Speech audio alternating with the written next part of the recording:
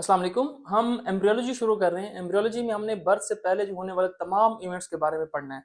अब बर्थ से पहले इवेंट्स क्या हो सकते हैं? सबसे पहला इवेंट हमारे पास होता है गैमेट फॉर्मेशन, यानी कि जो हमारे पास स्पर्म और ओवम है वो किस तरह बनते हैं। जब वो बन जाते हैं उसके बाद होती है उनकी फर्टिलाइजेशन। तो वो फर्टिलाइजेशन किस तरह होती है? फर्टिलाइजेशन होने के बाद जो हमारे पास जाइगोट बनता है, जाइगोट से फिर एम्ब्रियो बनता है। उस एम्ब्रियो की नॉर्मल डेवलपमेंट किस तरह होती है? जब नॉर्मल डेवलपमेंट में अगर कोई एबनॉर्मेलिटी आ जाए तो उससे कौन सी डिजीजेज हो सकती हैं, इस पूरे को हमें पढ़ना है एम्ब्रियोलॉजी के अंदर। तो एम्ब्रियोलॉजी के the branch of science which deals with the study of prenatal development. Prenatal का मतलब होता है बर्थ से पहले की डेवलपमेंट। अब इसकी इंपॉर्टेंस क्या है? एम्ब्रियोलॉजी हमें बताती है कि लाइफ किस तरह शुरू हुई है, हाउ लाइफ बिगिंस। उसके बाद दूसरे नंबर पे हमारे पास जो इंट्रायूट्राइन वॉल है, यानी कि हमारे वहाँ के पेट के अंदर जो है वो सारी डेवलपमेंट किस तरह होती है, वो इवेंट्स बताती है। उसके बाद रूट काज ऑफ हमारे पास एबनॉर्मेलिटीज, यानी कि जो एबनॉर्मेलिटीज बनती हैं, जैसे क्लेफ्ट पैलेट है, सारा कुछ है, ये किस तरह होती हैं, ये हमारे पास इसकी काजेस बताती है एम्ब्रियोलॉजी के अंदर।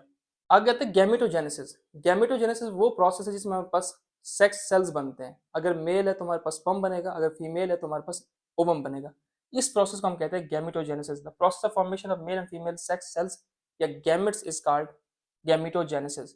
अब गैमेट्स दो तरह के हैं। जो मेल में होते हैं उसे हम स्पर्म कहते हैं, और स्पर्म बनने के प्रोसेस को हम कहते हैं स्पर्मेटोजेनेसिस। फीमेल के अंदर हमारे पास ओवम होता है, ओवम बनाने के प्रोसेस को हम कहते हैं ओजेनेसिस।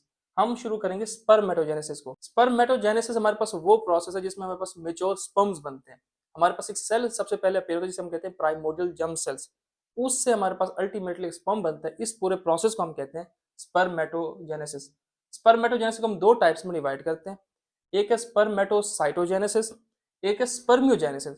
स्पर्मेटोसाइटोजेनेसिस का मतलब ये है कि हमारे पास एक प्राइमोर्डियल जर्म सेल था, उससे अगर हमारे पास स्पर्मेटिड बन जाए, इस पूरे प्रोसेस को हम कहते हैं स्पर्मेटोसाइटोजेनेसिस।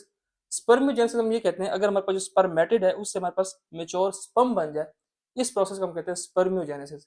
इस वीडियो में हम देखेंगे स्पर्मेटोसाइटोजेनेसिस वो किस तरह होती है। वो प्रोसेस है जिसमें हमारे पास प्राइमोर्डियल जर्म सेल से हमारे पास स्पर्मेटिड्स बनते हैं, यानी कि पीजीसी से हमारे पास बनेगा स्पर्मेटिड।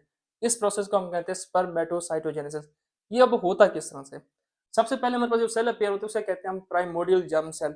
प्राइमोर्डियल का मतलब है जो सबसे पहले अपेयर हो, ठीक है, पीजीसी हम इसे कहते हैं, ठीक है। ये हमारे पास सेल अपेयर सबसे पहले वॉल ऑफ योग सैक के अंदर। योग सैक हमारे पास सेकंड वीक के अंदर एक कैविटी बनती है, ठीक है। वो हमारे पास वहां पे हमारे पास जो है ना सबसे पहले प्राइमोर्डियल जर्म सेल पेयर होते हैं वहां पे। उसके बाद वो वहां से हमारे पास टेस्टिस में आ जाता है फोर्थ वीक में। जब ये टेस्टिस में आ जाते हैं तो अब इसे हम प्राइमोर्डियल जर्म सेल नहीं कहते बल्कि हम इसे कहते हैं स्पर्मेटोगोनिया, ठीक है। यानी कि जब हमारे पास प्राइमोर्डियल जर्म सेल टेस्टिस में आएगा इसे हम कहेंगे स्पर्मेटोगोनिया। अब स्पर्मेटोगोनिया है, इसने अब डिवीजन करनी है। ये हमारे पास माइटोसिस के थ्रू दो सेल्स बना देता है, स्पर्मेटोगोनिया टाइप ए, एक स्पर्मेटोगोनिया टाइप बी।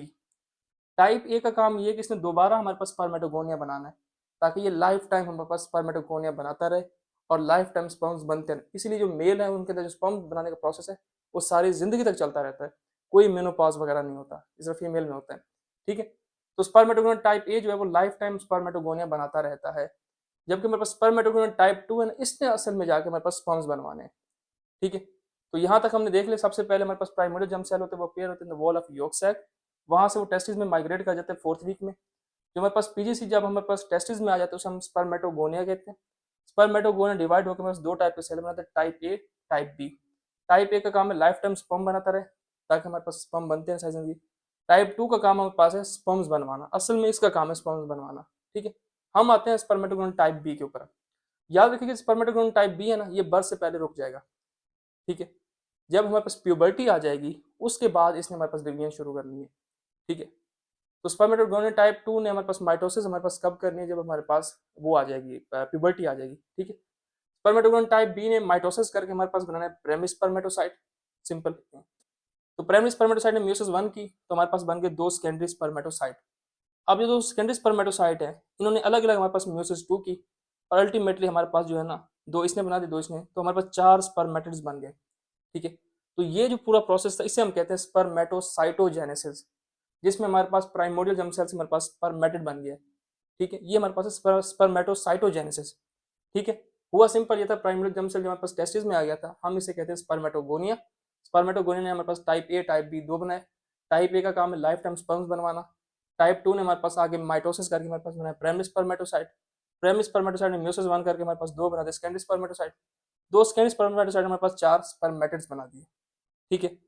अब अगला प्रोसेस क्या होगा, जब स्पर्मेटिड से हमारे पास स्पर्म्स बनेंगे, यानी कि आप देखिए हमारे पास एक राउंडेड स्ट्रक्चर था, अब हमारे पास एक प्रॉपर स्ट्रक्चर में आएगा स्पर्म, जिसकी हेड है, टेल है, नेक है, ठीक है। इस प्रोसेस को हम कहते हैं, मैचुरेशन को हम कहते हैं स्पर्मियोजेनेसिस। इसे हम अगली वीडियो में देखेंगे। तो ये प्रोसेस स्पर्मियोजेनेसिस, ये पूरा स्पर्मेटोसाइटोजेनेसिस। तो ये था हमारे पास स्पर्मेटोसाइटोजेनेसिस। अब हम बात करते हैं क्रोमोसोम नंबर के बारे में। प्राइमोर्डियल जर्म सेल हो या स्पर्मेटोगोनिया हो, इसके अंदर क्रोमोसोम नंबर थे 46, ठीक है। कैरियोटाइप हम देखना चाह रहे हैं। 46 क्रोमोसोम्स होते हैं। इनमें जो क्रोमोसोम होते हैं, एक एक्स होता है, एक वाई होता है। जो डीएनए होता है वो 4n होता है। नॉर्मली डीएनए हमारे पास 2n होता है, ठीक है। लेकिन आपने पढ़ा था कि डिवीजन से पहले हमारे पास जो डीएनए है वो डबल हो जाता है, एस फेज के अंदर आपने पढ़ा था। तो डीएनए 4n हो गया। अब डिवीजन किससे स्टार्ट हुई? अब स्पर्मेटोगोनियल टाइप बी ने भी माइटोसिस की। माइटोसिस आपने सिंपल पढ़ा है, इसमें हमारे पास क्रोमोसोम नंबर सेम रह जाते हैं, कोई तब्दीली नहीं आती। तो इसमें क्रोमोसोम नंबर वही है 46 एक्स वाई 4n डीएनए।